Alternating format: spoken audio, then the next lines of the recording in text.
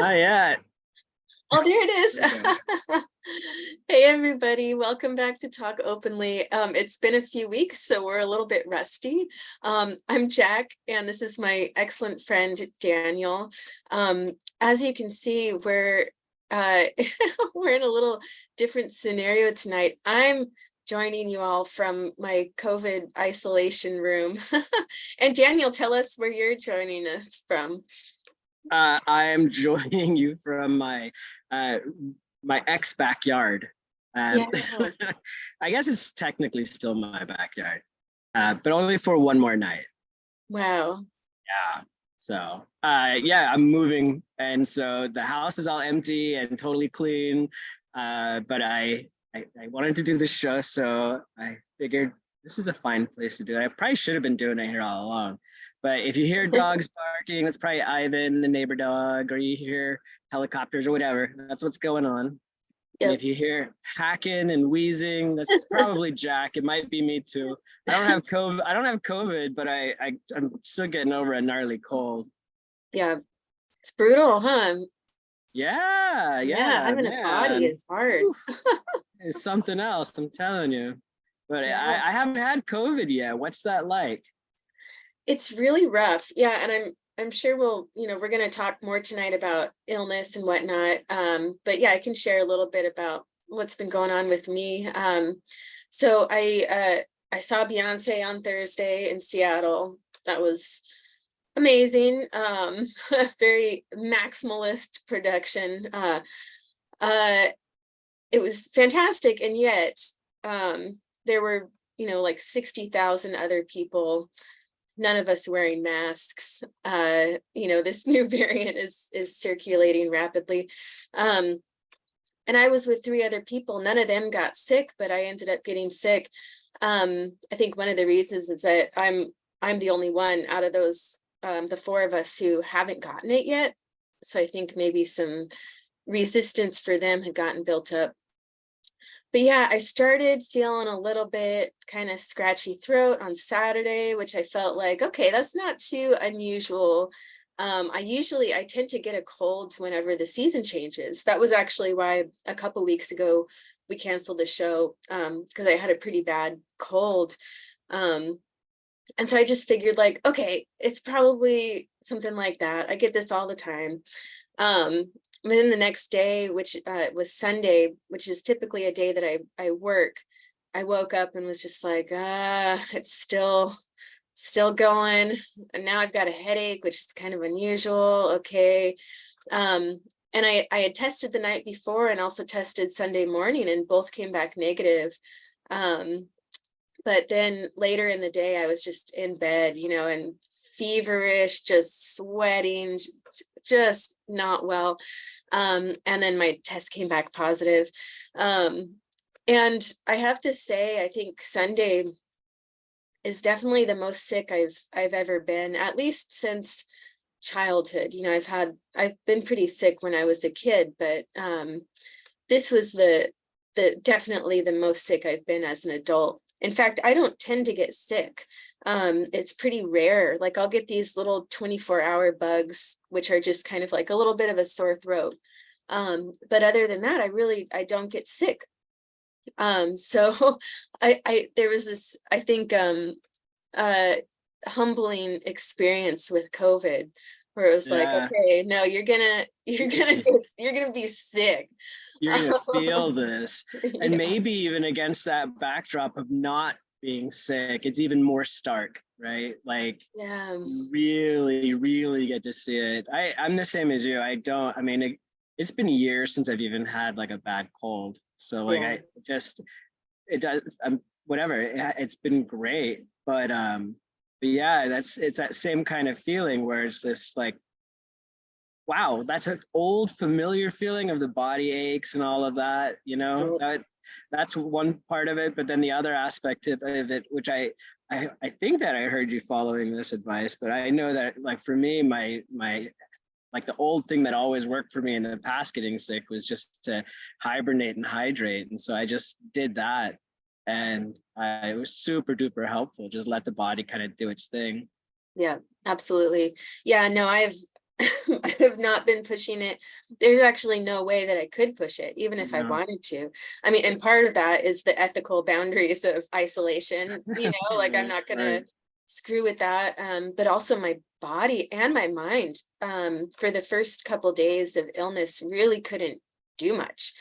I all I could do is just kind of like lay in bed, like hoping that things would subside a little bit. Aw, It's really yeah. brutal. Yeah. So I'm Rough. amazed, I feel like leagues better today. Like Okay. this is really good. Like I know I'm coughing and have a scratchy Yeah, throat, but no, you look good. it's good. Yeah, Thank you. Yeah. yeah, yeah, super healthy. It's all, yeah, Yeah. Yeah, I know. I nice. did this morning. I was having to kind of like tap my body on the back and be like, "Yeah, you're doing it. You're Yeah, doing it." keep going. Don't stop Yeah, now. please. Yeah. Yeah. But it's Well, definitely I'm excited to talk about illness because it's brought up a lot of um important Dharma topics for me to be meditating oh, that I find fascinating and scary too. So yeah, it's been a good experience, I would have to say. good, good, excellent. Way to bring everything to, to the path. Yeah, trying. Well, Yeah, everything is the path, it right? is. Tell me about your week and your life. It feels like it's been so long. Oh my gosh, weeks. Well, things remain in flux. So yeah, I'm moving, and it's been incredibly chaotic. Not no, well, let me take that back. Not chaotic, busy. I'm really busy. Like I feel like they say like the burning the candle at both ends. So that feels like just like every day now. Yeah. Whereas I also get the sense like today, for example, that I'm also burning from the inside out and from the outside in. So it's like it's not just top and bottom burning, it's burning from the inside out and the outside in. So like it's really like it's like wow, there's wax is melting quick. But I Yeah. think that one thing that I wanted to touch on that I think is absolutely amazing is that I recognize that there's a lot of stress, right? Being sick, moving, financial issues, like all kinds of stuff going on, right? And at this and so there's I recognize this stress, and at the same time, I'm totally handling it, and I've got a lot of support. Um, it's not ruining my practice. In fact, my practice is supporting it. Yeah. It's an odd thing because I'd say, before I started to practice, I'd be out of my mind right now. Like I'd be absolutely out of my mind, right? Yeah. Like moving and stuff like this. I'd never in a million years first wake up at 4 so I can meditate before going to the gym with my kid, right? And then I wouldn't do that. No way, no how. And yet, here capable of doing that, and it actually turns out to be just a blissful day of hard work and like getting after stuff. And I'm so incredibly grateful for this like increased capacity. I think that's one thing that I know for a fact that is due to my practice. I Yeah. know it. Like there's actually no doubt in my mind, Yeah. right? Because if I hadn't made my commitments and I wasn't practicing, um, I wouldn't have the clarity of mind, the presence of mind to even know what to do. And then I would also be engaging in behavior that would make it harder. Right. Right. So I would be like, well, it's good to move. Yeah, we're moving. Maybe I should drink a little. Oh, I should smoke a little. Oh, maybe I should test it, lay down here and look at some of these old books that I just unpacked or, that kind of thing. But like, no, I'm focused. I'm like, it's an odd thing for me to feel this incredible focus and sort of this high energy. So I'm super grateful for that. Wow. Yeah, it is amazing what our practice gives us in terms of concentration and also motivation. That it's like I know what it is that I need and want to do. So I'm gonna go ahead and do that, and Yeah, there's not the same kind of like lingering attachment to doing those other things. It's just like, no, right. this is what I'm doing right now. So That's right. Yeah, and there's a lot more. It turns out that um, the universe is not conspiring against me. Maybe it's not conspiring Right. maybe it's not conspiring for me either, but I'm learning to just flow with it, right? And it's kind of an amazing thing to see things just kind of flow naturally, and there's like a rhythm to it, and even if it's a fast rhythm, it's I'm keeping up with it. I'm like, it's kind of like learning how to dance with universal partner or something like that. Yeah, Yeah. absolutely. Yeah, no, I've also felt that the last couple days, where I've noticed that I really haven't resisted the fact that I'm sick. Um, where, I would say previously, I'd be really frustrated. I'd be pissed at myself. I'd be thinking like, oh, you should have like worn your mask, and Oh, just kind of like yeah. beating myself up. And um, I unfortunately, one of the consequences of this is that I'm going to be missing my grandmother's funeral. Oh It was dear. is this Friday. Yeah. I'll be able to join virtually, which is, I'm really glad that that's an option. But I think, what I would have felt, several years ago, I would have been really anguished and felt very guilty and kind of ashamed, like, oh, this is my fault. And, and, the family isn't going to see me because of this. Um, but right now I'm just kind of like, it's just what's happening, I can't do anything about it, and I can't go back and put on a mask, like Yeah, it just is right. what's happening. Okay. Think about how, when it comes to capacity, how that acceptance, it takes so much of the processing power of your mind, and it just like it frees it up, right? Yeah, Because all that woulda, coulda, shoulda, all that stuff, it's not even there, and there's just this sort of like this acceptance, right? So there's yeah, this sort of sense. This is one thing that I find is remarkable about times of, maybe it's not as easy with illness as it is with other life circumstances. But it's easy for me to look back and be like, wow, I see how I got myself here, right? yeah, I see what I did. I know that I played a part. This is a lot of this is the consequence of my behavior and my choices that I've made in the past. And I'm like, wow, all right then. yeah. Okay. Okay, so that's how that is. Great. Good note to self. Okay, now move on, right? Do the next right Exactly. thing.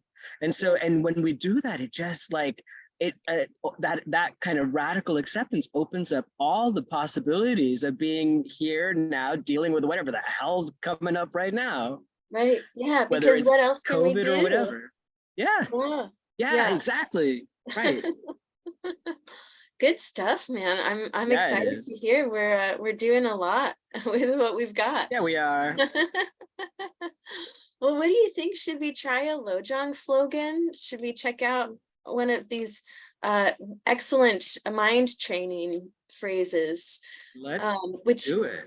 if you all who are listening haven't checked out the Lions Roar dharmacenter.org website, it's a really excellent website with a lot of resources and whatnot. And one of them is this random Lojong slogan generator. Um, and this is just such an excellent way to train your mind. So let's try it. Let's see, Daniel. What do All we have? right, let's see what it does. I love this one. All right. And Daniel, can I ask you to read it, please, tonight? Yeah, of course, no problem. Thank you. So it says, regard all phenomena as dreams. And this is the first slogan instruction of point 2. And point 2 is called the actual practice. And see here, it says point 2 consists of 9 instructions and 2 divisions. The 2 divisions are cultivating absolute bodhicitta. And point 2 is cultivating relative bodhicitta. And then down below it says, in the Perfection of Wisdom Sutra in 8,000 lines. Well, are we going to read? Should I read the whole? Yeah, I should. I'm going to read the whole thing, of Yeah, course. why not? Yeah, why not? Sorry, I have a tendency to want to like speed along. So No, you in the do. Perfection of Wisdom Sutra in 8,000 lines, we find Subhuti says, like a magical illusion are these beings, like a dream.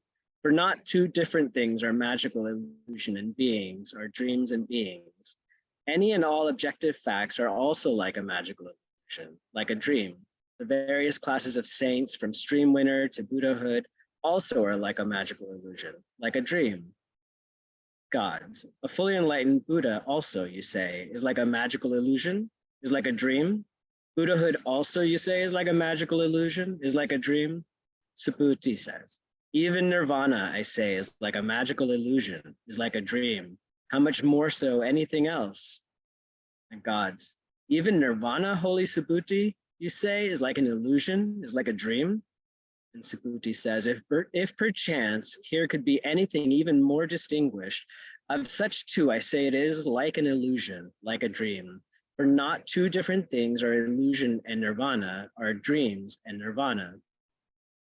Hereupon, the Venerable Sariputra, the Venerable Purna, son of Maitrayani, the Venerable Mahakoshkila, the Venerable Mahakatayana, and the Venerable Mahakshapya, and the other great disciples, together with many thousands of bodhisattvas, said, who, Subhuti, are these grasping this perfect wisdom as here explained?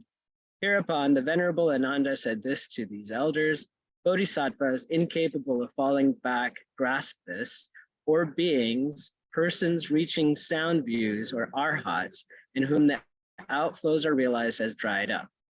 Subhuti says, no one grasps this perfect wisdom as here explained, for no dharma at all is being indicated, lit up, or communicated. So here too is not even one grasping it. Okay, that was a mouthful. Right. You want to go back up to the top to the Yeah, let's get up to the top. slogan? So regard all phenomena as dreams. And Yeah, that kind of dialogue between Subhuti and the gods, where he's explaining, even nirvana, even right. Buddhahood, these things that we think, oh, they must be permanent, right? Even those are phenomena. And so that's really fascinating. And a a good one, I think, for what we're kind of dealing with tonight too, right? Where when we get in these types of situations that are, maybe things that we don't necessarily like to be dealing with, knowing, okay, yeah, these are phenomena that are passing, they're coming, they arose, they're sticking around for a while, and they're going to pass as well, just as dreams. Yeah. So everything is compounded, is interdependent with everything else. Yeah, yeah, absolutely. I do find this to be really, really helpful just as a sort of like a persistent background to ordinary everyday existence.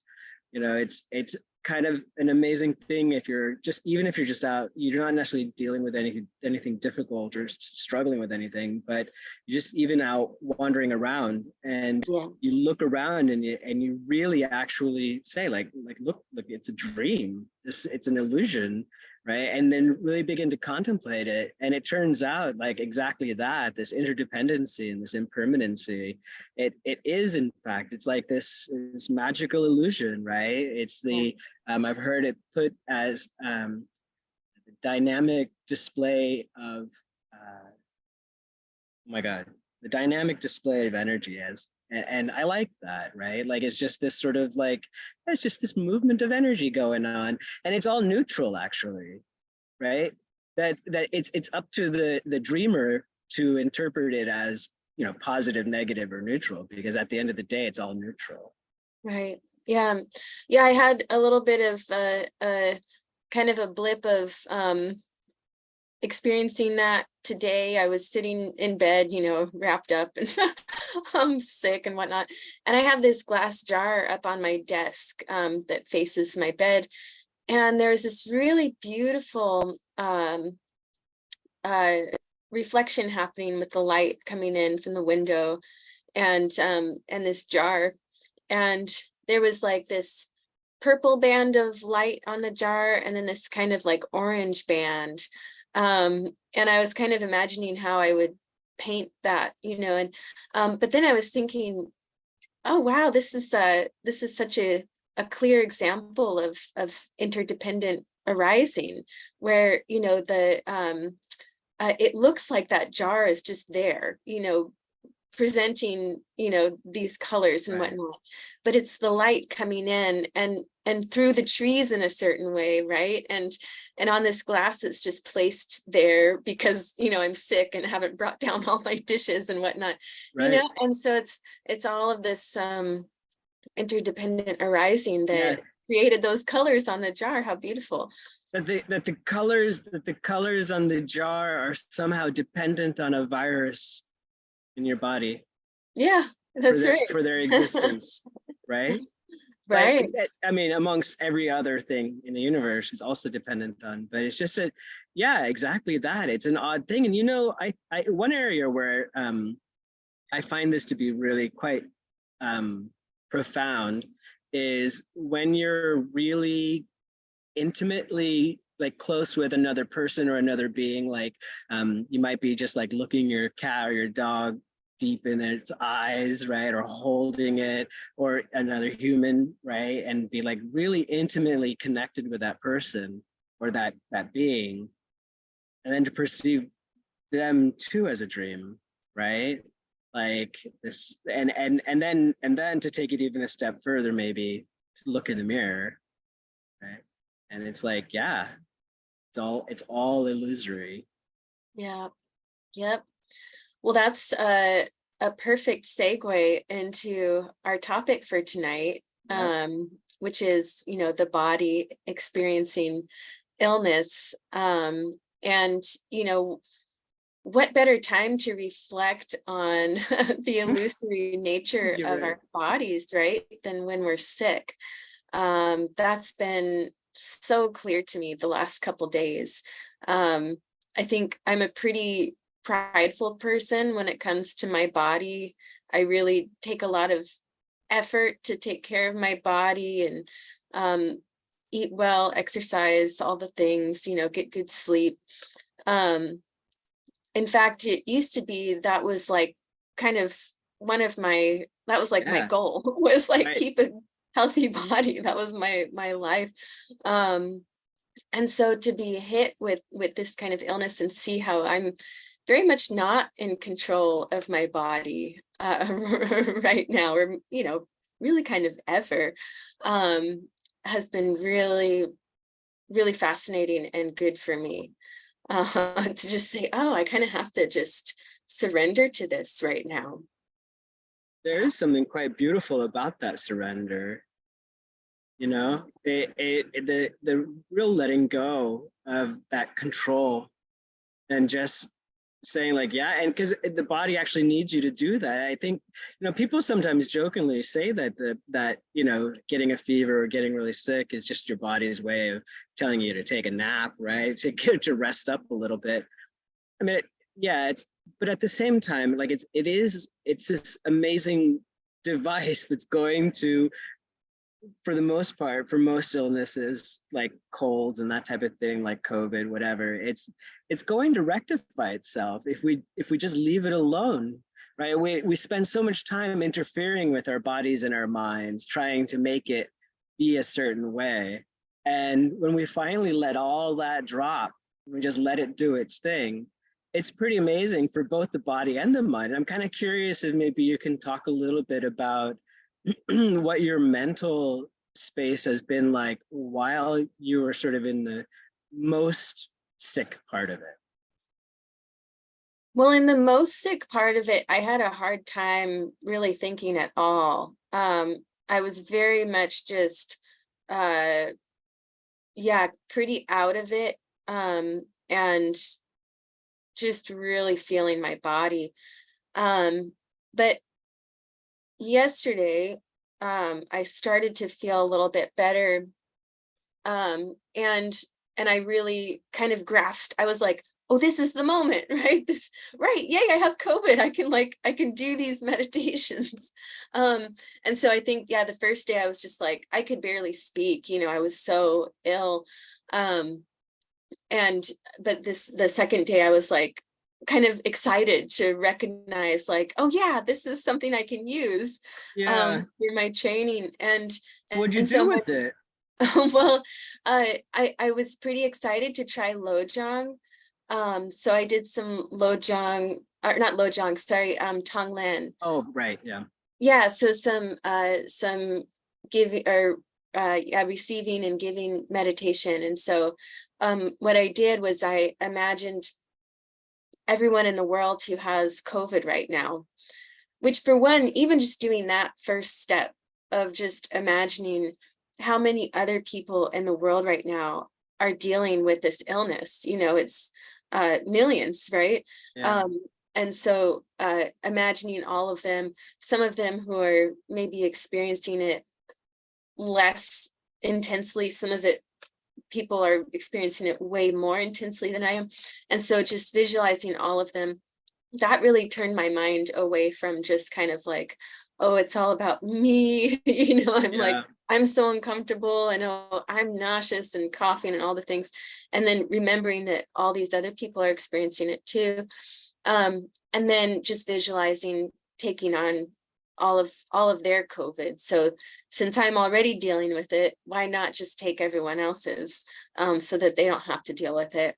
And then sending out all the things that they might need, whether it's medicine or hospitals or caring people. So that's been really beautiful.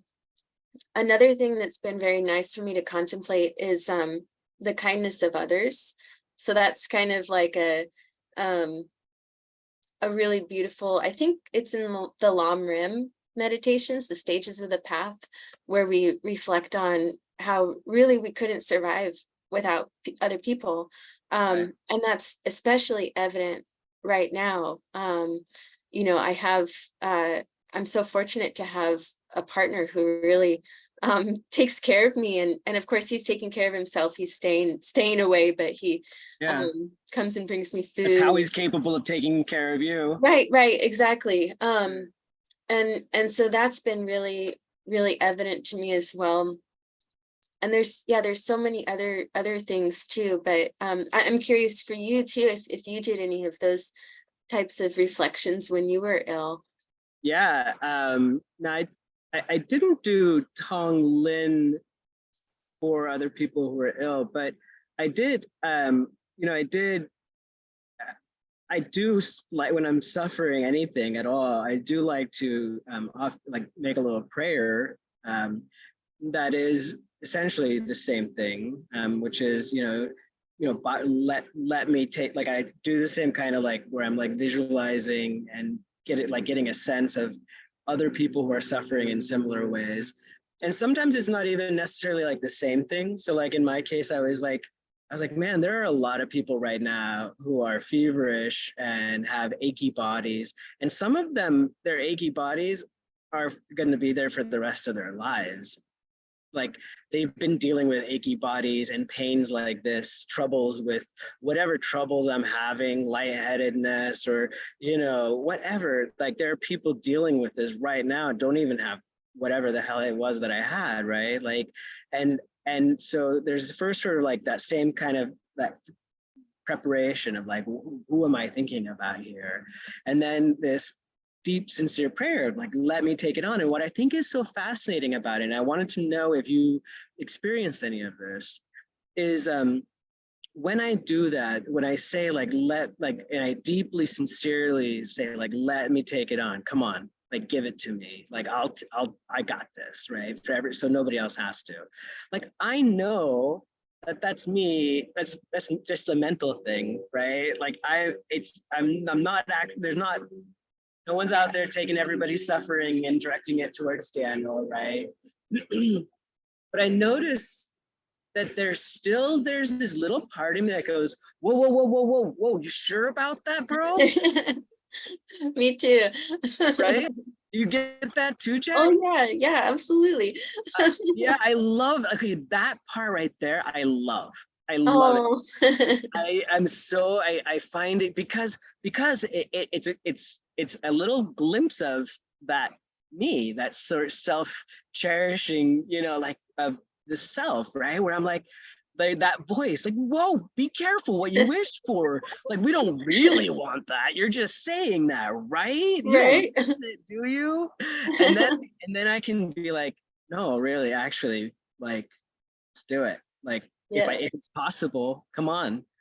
And yeah, it feels a little scary actually sometimes. Yeah. It's weird how just thinking these things can be so powerful. That's really, You did yeah, remind me, it's really funny. yeah, Mhm. did remind me of something. So I, while I was sick, I read this book called The kindness of others. Yeah. Kindness of Others, and it's all about the Lojong training. So all the slogans that we do, it's a commentary on the 7-point mind training, and it's really quite beautiful the way that Geshe Jampa Tekchuk, how he really keeps, like, throughout the whole, all of these points is about turning the mind away from this sort of self-cherishing nature, right, and bending it outward. And there were these parts where that really kind of struck home for me, where, you know, like he was talking about you know, like that when we're suffering, like that's a form of purification, right? Yeah, Like, no, excuse me. Um, yeah, that's also been something I've been learning about while I've been laying in bed. You know, I've been watching a lot of videos, Dharma videos, and some of those I really love watching the videos from Sravasti Abbey. And they talk about that in a couple of these videos where it's like, you know, maybe we should be actually really grateful for the types of suffering that we're experiencing right now, because, you know, it could be that you know, we've purified so much, or that now we're only experiencing COVID instead of maybe something much worse, you know. And so maybe we should be happy because whatever karma that we've, you know, or whatever things that we've done in the past that have created the karma that we're experiencing now, that is being taken care of by what we're experiencing. So we don't have to experience the effects of those behaviors, that behavior again. And so that's been interesting to reflect on too. I've also been reading a book by Thupten Chodron called Good Karma. And it's a commentary on, I believe it's Shantarakshita, like Wheel of Sharp Weapons, I believe is the poem. And he describes lots of different types of like negative experiences that we might have and where those might be coming from. And yeah, it's really good. yeah. And I believe illness was, you know, doing harm to others' physical bodies. So, you know, experiencing illness ourselves is because in the past, you know, we may have done some harm to another person. And so I've reflected on, you know, the times in this life where I've, you know, harmed other people physically, and, you know, imagine that that's happened, you know, in every countless life that I've had before this. And so, yeah, just noticing, you know, I think those kinds of reflections are really powerful because, you know, we're just recognizing there is a cause and effect, and things don't just happen out of nowhere willy-nilly. And I don't want to do harm anymore to other people's bodies or minds. And so I really, you know, I think the Dalai Lama talks a lot about, you know, if we want to be selfish, do it wisely, right? You know, take care of other people, don't harm them. And then that way less harm is going to come back to you. So I think of it that way. If I don't want to get, you know, this ill again, you know, I should really work on not harming other people. So yeah, that's been good. Nice. Yeah. Mm. Yeah. Um, Well, I know we wanted to end a little bit early since we're both a little bit unwell. Um, I know we could talk about this for many other shows, and maybe we will in the future. But if you're comfortable with it, maybe we could end here. have an Yeah, early night. I think I think that would be a good idea. Okay, Yeah, good. I appreciate you taking the time to share this dream with me. Yeah, thank you. I know. What a dream. Yeah, yeah, yeah. I love it. I love it, and I'm really excited to get back into the groove of our show. Me We had too. two weeks off, and we're both going to be fully recovered and all in tip-top shape, and back at them next week, right? That sounds perfect. I'm really looking forward to it, Daniel, and looking forward to seeing our, well, being with our audience. Yeah, for sure, absolutely. It's always a pleasure, Jack. I really appreciate you, and Me I hope too, that you Daniel. just feel infinitely better when you wake up tomorrow. Like you don't even think the word COVID, and I like know. breathe and run around and jump and play the fun things, and still have time to yourself. That sounds wonderful. Thank you, Daniel, for those well wishes. All right, toodaloo. Bye. Good night, everybody. Bye.